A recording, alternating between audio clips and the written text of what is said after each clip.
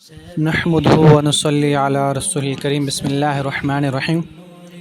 تعلیم کے حلقے میں یا کسی بھی دینی بات سننے کی جو محفل ہوتی ہے اس کے اندر ہم نے کس طرح سے بیٹھنا ہے، کن آداب کے ساتھ بیٹھنا ہے، اس کی بات ہو رہی تھی۔ تو یہ جو تعلیم کے حلقے ہوتے ہیں یا دین سیکھنے سکھانے کی محفل ہوتی ہیں، یہ حضور اقدس صلی اللہ علیہ وسلم کے اعمال میں سے ایک عمل ہے، یعنی کہ اللہ کے پیارے نبی جو اپنی زندگی میں جو اعمال فرمایا کرتے تھے ان میں سے ایک عمل جو اللہ کے نبی کیا کرتے تھے وہ یہ ہے کہ اللہ کے نبی اپنے صحابہ کرام کو دین سکھایا کرتے تھے۔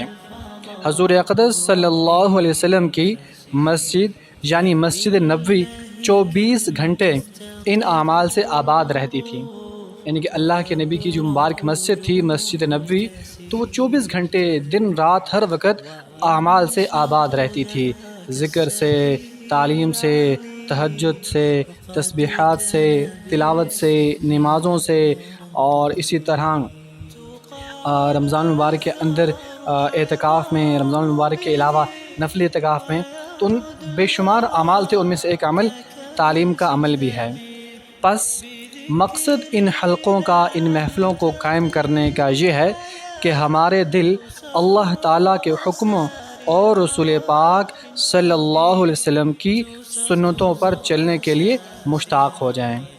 ان تعلیم کا یا دین کی بات سننے کا مقصد کیا ہے کہ ہمارے دل اللہ کے حکموں اور رسول پاک صلی اللہ علیہ وسلم کی سنتوں پر چلنے کے لیے مشتاق ہو جائیں، یعنی کہ ہمارے اندر اللہ کے حکم پورا کرنے اور نبی کی سنتوں پر چلنے کا شوق پیدا ہو جائے، ہمارے دل مائل ہو جائیں اور متاثر ہو جائیں، اور ہمارے دل دین اسلام کی طرف راغب ہو جائیں۔ اب جیسے آج کل ہم مسلمانوں کی بدقسمتی ہے، بہت افسوس ہوتا ہے جب اپنے ہی مسلمانوں کے منہ سے ایسی باتیں سننے کو ملتی ہیں۔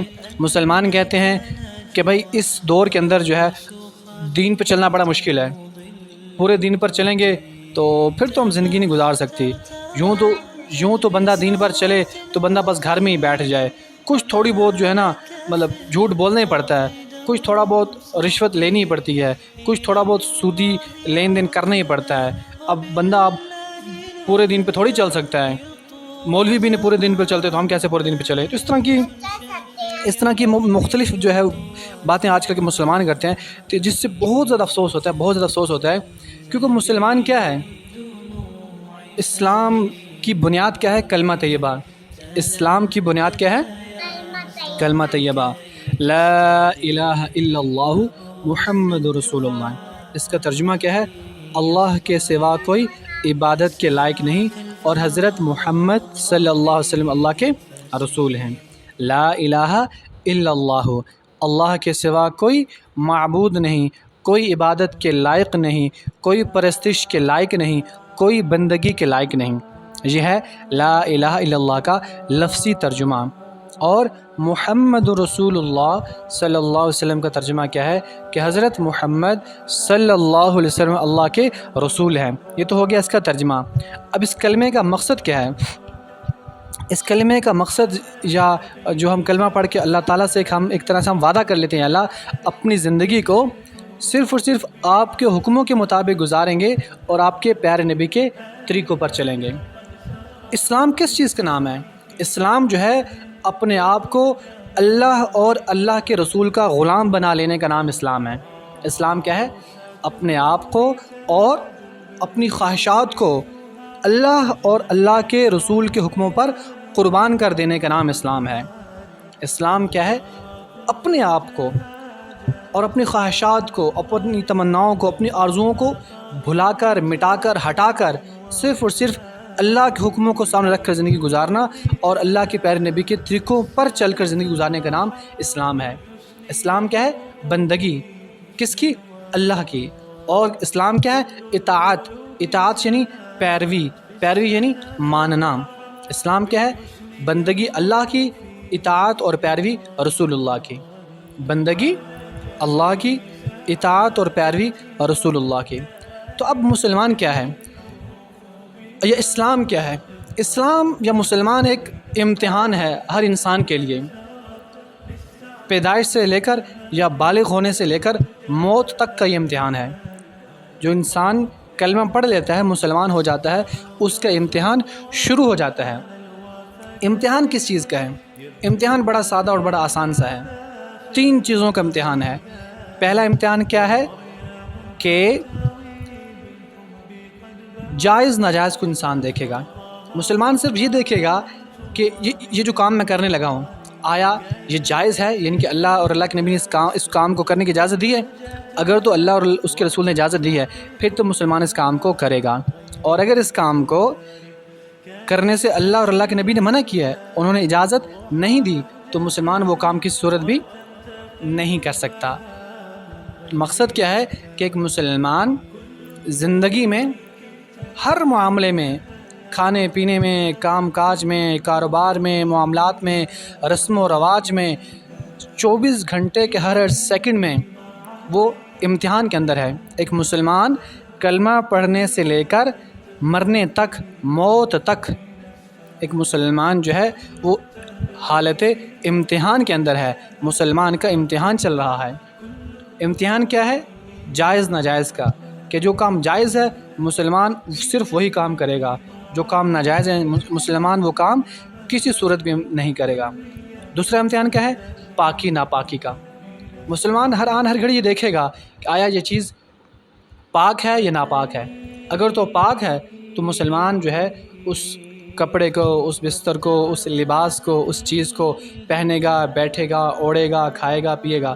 اور اگر وہ چیز ناپاک ہے تو ایک مسلمان جو ہے وہ کسی صورت بھی اس چیز کے قریب نہیں جائے گا۔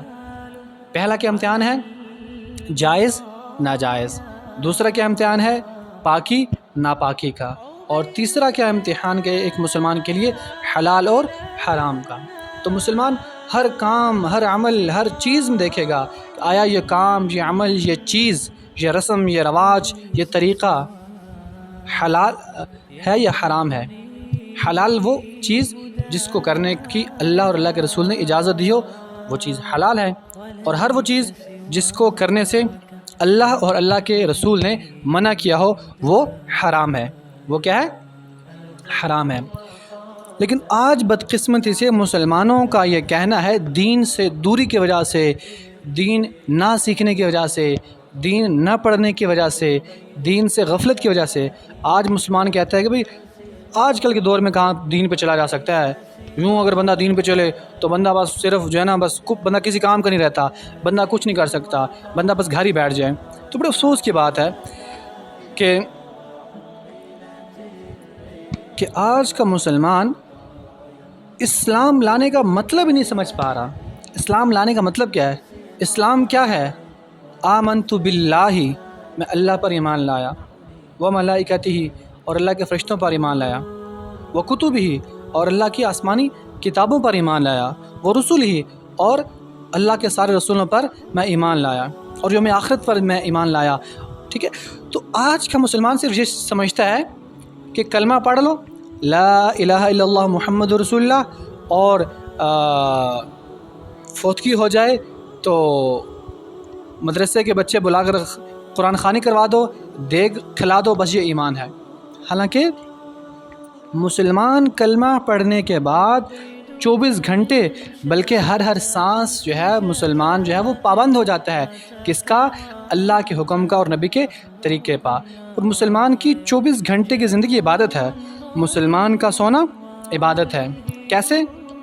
جب وہ جائز طریقے سے، حلال طریقے سے، پاک جگہ پر وہ سوئے گا تو اس کا یہ سونا عبادت ہے۔ مسلمان کا کھانا پینا عبادت ہے۔ کیسے؟ جب وہ حلال چیز کو جائز طریقے سے کماتے ہوئے پاک چیز کو کھائے گا تو اس کا یہ کھانا عبادت ہے۔ مسلمان کا کمانا بھی عبادت ہے۔ مسلمان اگر جو ہے گھنٹہ کمائے، 2 گھنٹے، 4 گھنٹے، 6 گھنٹے، 8 گھنٹے، 10 گھنٹے، مسلمان جتنے گھنٹے کمائے گا اس کا کمانا بھی عبادت ہے۔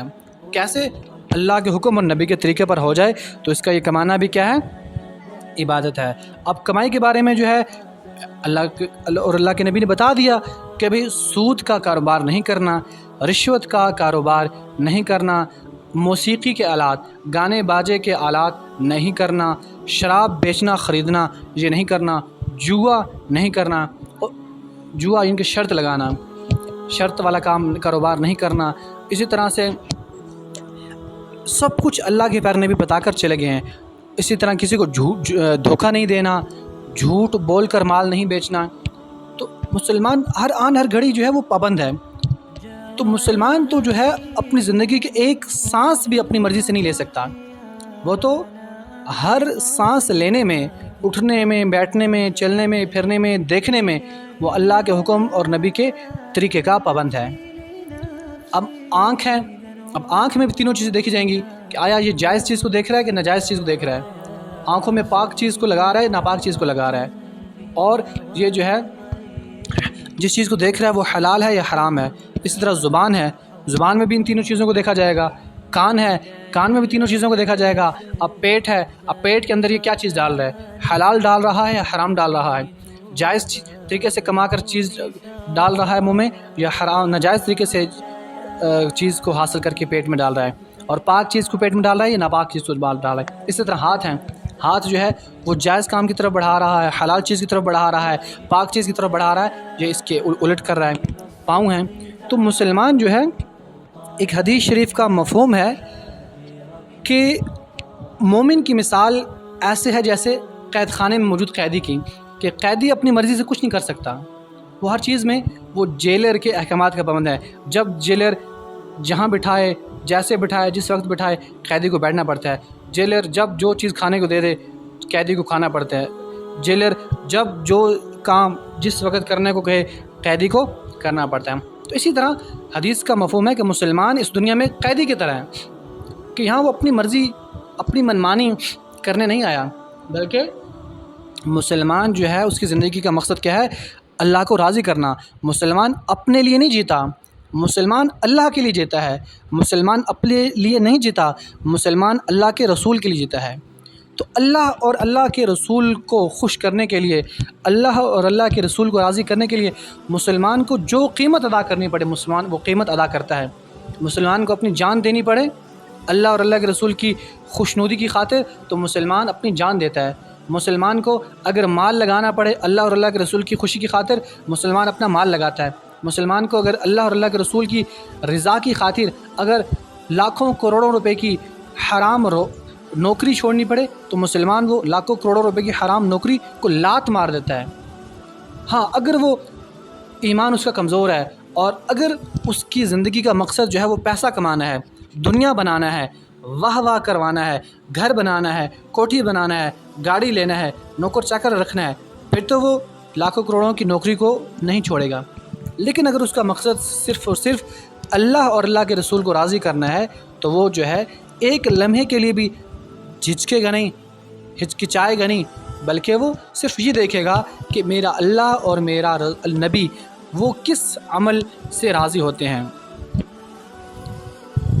تو آج کا مسلمان ان تمام چیزوں کے بارے میں کیوں نہیں سوچ رہا؟ آج کے مسلمان کے ذہن میں ساری چیزیں کیوں نہیں ہیں؟ کیونکہ بچپن سے لے کر بال سفید ہونے تک آج کا مسلمان نہ ان چیزوں کو پڑھتا ہے، نہ ان چیزوں کو سنتا ہے، نہ ان چیزوں کو سوچتا ہے، نہ ان چیزوں کو بولتا ہے۔ بچپن سے بس 3 وقت کھانا کھا لیا، سو لیا، کھا لیا، کھیل لیا، اور اسی طرح رسم دیکھ لیے، رواج دیکھ لیے، ہمارے علاقے کا یہ رسم ہے، ہمارے علاقے کی یہ رواج ہے، بھائی سب لوگ کرتے ہیں، بھائی سب لوگ کرتے ہیں۔ بھائی ہم نے سب لوگوں کو نہیں دیکھنا، ہم نے لوگوں کا کلمہ نہیں پڑھا، ہم نے کلمہ پڑھا ہے لا الہ الا اللہ محمد رسول اللہ۔ ہم نے اللہ اور اللہ کے رسول کو دیکھنا ہے، اور ہم بڑے فخر سے کہتے ہیں غلام ہے، غلام ہے، رسول کے غلام ہیں، غلامی ہے رسول میں موت بھی قبول ہے۔ یعنی کہ ہم نعرے لگا لیتے ہیں کہ رسول کی غلامی میں ہمیں موت بھی قبول ہے، یعنی کہ ہم رسول کی محبت میں مرنے کو تو تیار ہیں، لیکن رسول کی محبت میں جینے کو تیار نہیں ہے، رسول والی مبارک زندگی اپنانے کو تیار نہیں ہے، رسول والے مبارک حلیوں کو اپنانے کو تیار نہیں ہے، رسول والی مبارک زندگی کو سینے سے لگانے کے لیے تیار نہیں ہے۔ ہم چاہتے ہیں کہ زبانی دعویٰ تو ہمارا یہ ہو کہ ہمیں اللہ اور اللہ کے نبی سے پیار ہے، ہم رسول کے غلام ہیں، لیکن ہم چاہتے ہیں کہ ہمارا لباس کسی فلمی ایکٹر جیسا ہو اور غیروں کی طرح ہو، کفار کی طرح ہمارا لباس ہو، ہماری نوکریاں، ہمارا گھر بار، ہمارا سب کچھ ہم سمجھتے ہیں کہ کفار کی طرح ہو۔ بلکہ آج کل کے بعض نادان مسلمان جو ہے وہ یہ سمجھتے ہیں کہ اس دور کے اندر سنت پہ نہیں چلا جا سکتا، وہ تو 1400 سال پرانی بات ہے، وہ تو صحابہ تھے، ہم کہاں۔ بھائی صحابہ کیوں بنے؟ انہوں نے لا الہ الا اللہ محمد رسول اللہ کے مطابق زندگی گزاری تو اللہ نے ان کو صحابہ بنا دیا۔ جب بھی جو بھی جس دور میں بھی قیامت تک جس کی زندگی لا الہ الا اللہ محمد رسول اللہ کے مطابق گزرے گی وہ اللہ کی نظر میں جو ہے وہ پیارا بنے گا، وہ اللہ کی نظر میں پیارا بنے گا۔ تو تعلیم اسی مقصد کے لیے یا دین کی محفلیں اسی مقصد کے لیے لگائی جاتی ہیں کہ ہم جو ہے صرف لوگوں کو نہ دیکھیں، لوگوں کی باتوں کو نہ دیکھیں، رسم و رواج کو نہ دیکھیں، قوم قبیلے خاندان برابری کو نہ دیکھیں، ہم صرف اور صرف اللہ اور اللہ کے نبی کو دیکھیں، اللہ اور اللہ کے نبی کو دیکھیں۔ تو میں دوبارہ تعلیم کا مقصد دہرا دوں کہ تعلیم کا مقصد یہ ہے کہ ہمارے دل اللہ تعالیٰ کے حکموں اور رسول پاک صلی اللہ علیہ وسلم کی سنتوں پر چلنے کے لیے شوقین ہو جائیں، مائل ہو جائیں، متاثر ہو جائیں، راغب ہو جائیں۔ اور صحابہ کرام کے اندر یہ بات ان کے دل و دماغ میں رچ بس گئی تھی کہ صحابہ کرام اپنی ہر عمل میں، ہر سانس میں اللہ کا حکم اور نبی کا طریقہ دیکھا کرتے تھے۔ تو اللہ کرے کہ ہمارے ہر گھر کے اندر جیسے ٹی وی آ چکا ہے، جیسے ہمارے ہر مرد اور عورت کے ہاتھ میں موبائل آ چکا ہے، جیسے ہمارے ہر بچہ رو دھو کر موبائل مانگتا ہے کچھ نہ کچھ دیکھنے کے لیے، اللہ کرے کہ ہمارے ہر گھر کے اندر قرآن کی تعلیم، قرآن کا مطلب، قرآن کا ترجمہ، قرآن کی تفسیر بیان ہونے لگے۔ اللہ کرے کہ ہمارے ہر گھر کے اندر رسول پاک صلی اللہ علیہ وسلم کی مبارک احادیث کا ترجمہ، ان کی تشریح، اور ہمارے گھروں کے اندر اللہ کے نبی کی مبارک زندگی، اللہ کے نبی کی سیرت، صحابہ کرام کی زندگی، صحابہ کرام کی سیرت، صحابہ کرام کے واقعات ہمارے بچے کو پتہ ہوں، ہمارے بڑوں کو پتہ ہو کہ زندگی کے ہر لمحے میں پھر اس طرح کے جملے مسلمان کے منہ سے نہیں نکلیں گے کہ بھئی آج کے دور میں کیسے دین پہ چلا جا سکتا ہے۔ یہ تو ساری مولویوں کی باتیں ہیں، مولوی خود بھی ان باتوں پہ عمل نہیں کرتے، پتہ نہیں مولوی کہاں سے یہ باتیں نکال کر لے آئے ہیں۔ ہمارے زمانے میں تو ایسے نہیں ہوتا تھا، ہمارے باپ دادا پردادا، ہمارا پورا قوم قبیلہ، ہم تو ایسے ہی کرتے رہتے ہیں۔ بھئی ہم تو ایسے ہی کرتے ہیں، کتنے افسوس کی بات ہے۔ بھئی ہم کون؟ ہمارا قوم، قبیلہ، برادری کون؟ یہ کیا چیز ہے؟ یہ کس مرض کی دوا ہے؟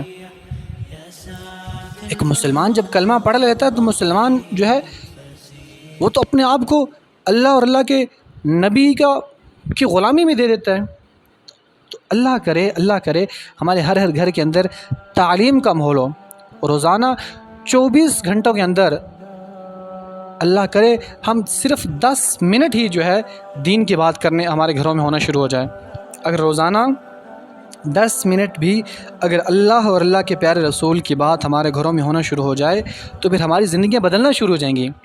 آج اٹھنے سے لے کر رات کو دوبارہ بستر پر سونے تک جو غیر ہمیں دکھانا چاہتے ہیں موبائل کی اسکرین پہ، ٹی وی کی اسکرین پہ، ہم وہ دیکھ رہے ہیں۔ جو غیر ہمیں سنانا چاہتے ہیں ہم وہ سن رہے ہیں، جو غیر ہمیں بنانا چاہتے ہیں ہم ویسا بن رہے ہیں۔ لیکن وہ محنت جس کے لیے اللہ نے کم و بیش 1,24,000 انبیاء کرام دنیا میں بھیجے تھے، آج اس محنت کو کرنا تو دور کی بات، آج اس محنت کو اپنی ہم ذمہ داری نہیں سمجھتے۔ آج ہمیں فکر نہیں ہے کہ ہم مسلمان ہیں، ہمیں دین سیکھنا بھی ہے، دین سکھانا بھی ہے۔ تعلیم کی فضیلت میں ایک اور بڑی پیاری حدیث جو کتابوں میں ملتی ہے وہ یہ ہے کہ حضور پاک صلی اللہ علیہ وسلم کا پاک ارشاد ہے کہ فرشتوں کی ایک جماعت ہے جو راستوں میں اللہ تعالیٰ کا ذکر کرنے والوں کی تلاش میں گھومتی پھرتی ہے۔ فرشتوں کی ایک جماعت ہے جو راستوں میں اللہ تعالیٰ کا ذکر کرنے والوں کی تلاش میں گھومتی پھرتی ہے۔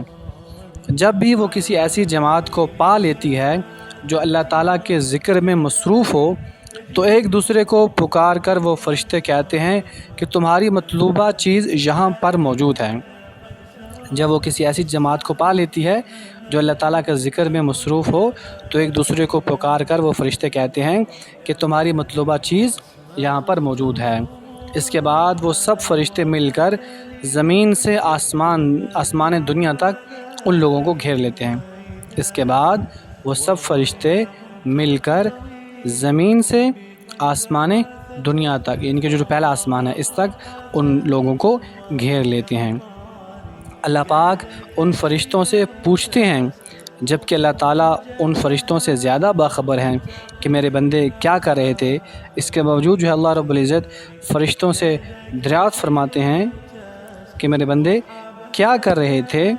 فرشتے جواب دیتے ہیں کہ یا اللہ وہ آپ کی پاکی، بڑائی، تعریف اور بزرگی بیان کرنے میں مشغول تھے۔ اللہ تعالیٰ ان فرشتوں سے پوچھتے ہیں کیا ان لوگوں نے مجھے دیکھ رکھا ہے؟ فرشتے عرض کرتے ہیں یا اللہ نہیں، اللہ کی قسم انہوں نے آپ کو نہیں دیکھا۔ اللہ تعالیٰ ارشاد فرماتے ہیں اگر وہ مجھے دیکھ لیتے تو کیا حال ہوتا؟ فرشتے عرض کرتے ہیں کہ اگر وہ آپ کو دیکھ لیتے تو اور بھی زیادہ عبادت میں مشغول ہوتے اور اس سے بھی زیادہ آپ کی تسبیح اور تعریف کرتے۔ پھر اللہ پاک فرماتے ہیں وہ مجھ سے کیا مانگ رہے تھے؟ فرشتے عرض کرتے ہیں یا اللہ وہ آپ سے جنت کا سوال کر رہے تھے۔ اللہ پاک کا ارشاد ہوتا ہے کیا انہوں نے جنت کو دیکھا ہے؟ فرشتے عرض کرتے ہیں اللہ کی قسم اے ہمارے رب انہوں نے جنت کو نہیں دیکھا۔ اللہ پاک کا ارشاد ہوتا ہے اگر وہ جنت کو دیکھ لیتے تو ان کا کیا حال ہوتا؟ فرشتے عرض کرتے ہیں اگر وہ جنت کو دیکھ لیتے تو اور بھی زیادہ اس کی تمنا اور طلب میں لگ جاتے ہیں۔ پھر اللہ تعالیٰ کا ارشاد ہوتا ہے وہ کس چیز سے پناہ مانگ رہے تھے؟ فرشتے عرض کرتے ہیں یا اللہ وہ جہنم سے پناہ مانگ رہے تھے۔ اللہ تعالیٰ کا ارشاد ہوتا ہے کیا انہوں نے جہنم کو دیکھا؟ فرشتے عرض کرتے ہیں یا اللہ دیکھا تو نہیں۔ اللہ تعالیٰ کا ارشاد ہوتا ہے اگر دیکھ لیتے تو کیا حال ہوتا؟ فرشتے عرض کرتے ہیں اگر وہ جہنم کو دیکھ لیتے تو اور بھی زیادہ اس سے پناہ مانگتے، ڈرتے اور بھاگنے کی کوشش کرتے۔ اللہ تعالیٰ کا ارشاد ہوتا ہے اے میرے فرشتوں تم گواہ رہو میں نے ان مجلس والوں کو بخش دیا۔ ایک فرشتہ ایک شخص کے بارے میں عرض کرتا ہے کہ وہ شخص اللہ تعالیٰ کا ذکر کرنے والوں میں شامل نہیں تھا، اپنی کسی ضرورت سے مجلس میں آیا تھا، ان کے ساتھ بیٹھ گیا تھا۔ اللہ تعالیٰ کا ارشاد ہوتا ہے کہ یہ لوگ ایسی مجلس والے ہیں کہ ان کے ساتھ بیٹھنے والا بھی اللہ تعالیٰ کی رحمت سے محروم نہیں ہوتا۔ سبحان اللہ۔ ایک اور حدیث ہے کہ حضرت عبداللہ بن عمر رضی اللہ تعالیٰ فرماتے ہیں، ان کی جو حضرت عمر ہیں ان کے بیٹے حضرت عبداللہ ابن عمر فرماتے ہیں میں نے عرض کیا یا رسول اللہ صلی اللہ علیہ وسلم اللہ تعالیٰ کے ذکر کی مجالس کا کیا اجر و انعام ہے؟ اللہ تعالیٰ کے ذکر کی مجالس کا اجر کیا ہے، انعام کیا ہے؟ مجالس سے مراد مجلس سے مراد جہاں کچھ لوگ اکٹھے ہو کر بیٹھے ہوں اس کو مجلس کہتے ہیں۔ تو حضرت عمر کے بیٹے حضرت عبداللہ نے اللہ کے نبی سے پوچھا یا رسول اللہ صلی اللہ علیہ وسلم اللہ تعالیٰ کے ذکر کی مجالس کا کیا اجر و انعام ہے؟ ارشاد فرمایا کہ ذکر کی مجالس کا اجر و انعام جنت ہے۔ ذکر یا تعلیم کی مجالس کا جو اجر و انعام ہے وہ کیا ہے؟ جنت ہے۔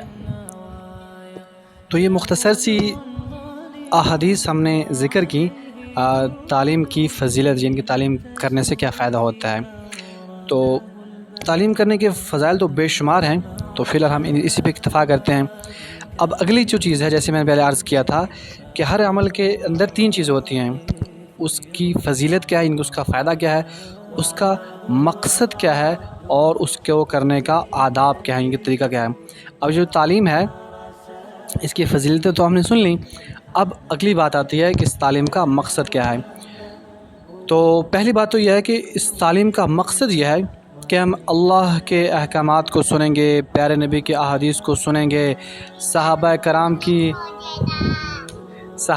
کی زندگی کے بارے میں ہم پڑھیں گے، صحابیات کی زندگی کے بارے میں پڑھیں گے، صحابہ کی اولادوں، صحابہ کے بچوں کے واقعات، ان کی زندگی کے ہم واقعات پڑھیں گے، تو ہمارے دلوں کے اندر دین کے اوپر چلنے کا جذبہ پیدا ہو جائے گا، ہمارے اندر نیک اعمال کرنے کا شوق اور جذبہ پیدا ہو جائے گا، اللہ کی محبت ہمارے دلوں کے اندر پیدا ہو جائے گی، اللہ تعالیٰ کے پیارے نبی سے جو محبت اور عشق ہے اس کے اندر اضافہ ہو جائے گا۔ تو تعلیم سننے کا پہلا مقصد کیا ہے کہ ہمارے دلوں کے اندر اللہ اور اللہ کے رسول کی محبت پیدا ہو جائے، اور اس محبت کی وجہ سے ہم دین پر چلنے والے بن جائیں۔ اور دوسرا مقصد یہ ہے کہ تعلیم کے اندر، قرآن اور احادیث کے اندر جو جنت کے فضائل، جو جنت کی نعمتیں بیان کی گئی ہیں، جنت کی نعمتیں، جنت کے انعامات کو سن کر جنت میں جانے کا شوق پیدا ہو جائے، اور جن اعمال کے کرنے سے جنت ملتی ہے ان اعمال کو کرنے کا ہمیں جذبہ ہمارے اندر پیدا ہو جائے۔ تو پہلی بات کیا ہے؟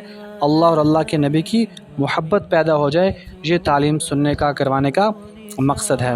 دوسرا کیا ہے کہ جنت کی فضیلتیں اور نعمتیں سن کر جنت میں جانے کا شوق پیدا ہو جائے، اور پھر ایسے اعمال کرنے کا ہمارے اندر جذبہ پیدا ہو جائے جن اعمال کے کرنے کے بدلے میں اللہ تعالیٰ جنت عطا فرماتے ہیں۔ اور تیسرا مقصد کیا ہے تعلیم کا؟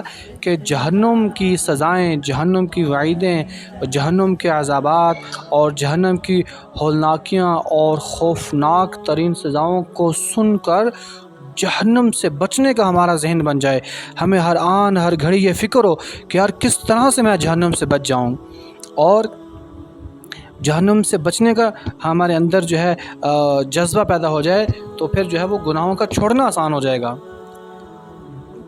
جب جہنم کے عذابات اور سزاؤں کا ہمیں بار بار ہم سنیں گے اور ہمیں یقین ہوگا کہ ہمارے اللہ نے جو ہے اپنے نافرمانوں کے لیے جہنم کی بدترین سزا تیار کر کے رکھی ہے، تو پھر بدترین ان کے بہت بری سزا تیار کر کے رکھی ہے، تو پھر گناہوں کو چھوڑنا آسان ہو جائے گا، کیونکہ گناہوں کو چھوڑ کر ہی جہنم سے جان چھوٹ سکتی ہے۔ ایک انسان جو ہے جو گناہوں کو کرنے والا ہے وہ دراصل اپنے آپ کو جو ہے وہ جہنم کے راستے پر لے جا رہا ہے۔ تو جب جہنم کے بارے میں ہمیں پتہ چلے گا یہ تعلیم کے اندر بیٹھ کر کہ جہنم کتنا جو ہے وہ خطرناک جگہ ہے، وہ اللہ تعالیٰ نے اپنے نافرمانوں کے لیے تیار کر کے رکھی ہے، تو پھر گناہوں سے بچنے کا ذہن بنے گا۔ تو اور بھی تعلیم کے بے شمار مقاصد ہیں، جن میں سے یہ بھی ہے کہ اگر ہم اپنے گھروں میں تعلیم کریں گے تو ہمارے گھر والے، ہمارے ماں باپ، ہمارے بہن بھائی، ہمارے بیوی بچے ان باتوں کو سنیں گے تو ان کے اندر بھی دین پر چلنے کا جذبہ اور ذوق اور شوق پیدا ہو جائے گا۔ اب حضرات صحابہ کرام، اب اللہ کے نبی مسجد نبوی میں اپنے صحابہ کو تعلیم دیا کرتے تھے، صحابہ اپنے گھروں میں جا کر جو ہے وہ تعلیم فرمایا کرتے تھے، اور یوں جو ہے پورے جو ہے وہ مدینہ کے اندر، مکہ کے اندر، پورے عرب کے اندر دین کی فضا تھی، دین کا ماحول تھا، اور پھر صحابہ کرام اس دین کی مبارک محنت کو لے کر پوری دنیا میں پھیل گئے۔ آج انہی کی محنت کی برکت ہے کہ آج پوری دنیا کے اندر مسلمان موجود ہیں۔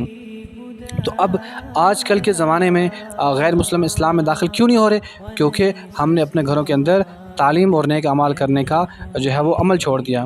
اب مثال کے طور پر اگر کاشتکار، کسان اگر اپنے کھیتوں میں گندم بوئیں گے تو اس سے کیا ہو جائے گا؟ پہلی بات تو یہ ہے کہ اس کسان کے اپنے گھر میں کیا ہوگا، سال کے بعد گندم کا ڈھیر لگے گا، اور دوسری بات یہ ہے کہ جو فالتو گندم بچ جائے گی کسان اس گندم کے بیچے گا، جس کی وجہ سے بازاروں میں، منڈیوں میں بھی گندم آئے گی۔ اور اگر کسان گندم اگانا چھوڑ دیں تو پہلی بات کیا ہوگی کہ منڈیوں سے گندم ختم ہو جائے گی، اور دوسری بات کیا کہ ایک دن آئے گا کہ کسان کے اپنے گھر سے بھی گندم ختم ہو جائے گی۔ تو بالکل یہی مثال دین کی بھی ہے کہ اگر مسلمان دین کی محنت کریں گے تو پہلی بات تو یہ ہے کہ مسلمان کے اپنے گھروں کے اندر دین آئے گا، اور جب مسلمان گھروں کے اندر دین آئے گا اور مسلمان معاشرے کے اندر دین آئے گا تو غیر مسلمانوں کے اچھے اصول، اچھے آداب اور اچھی زندگی کو دیکھ کر غیر مسلم بھی کلمہ پڑھ کر مسلمان ہو جائیں گے، اور وہ بھی مسلمان ہونے کی خواہش۔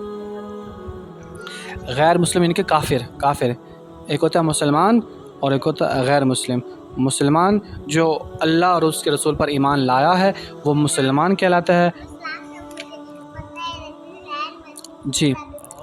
جی غیر مسلم ہوتا ہے جو مسلمان نہ ہو، یعنی کہ جو کافر ہو۔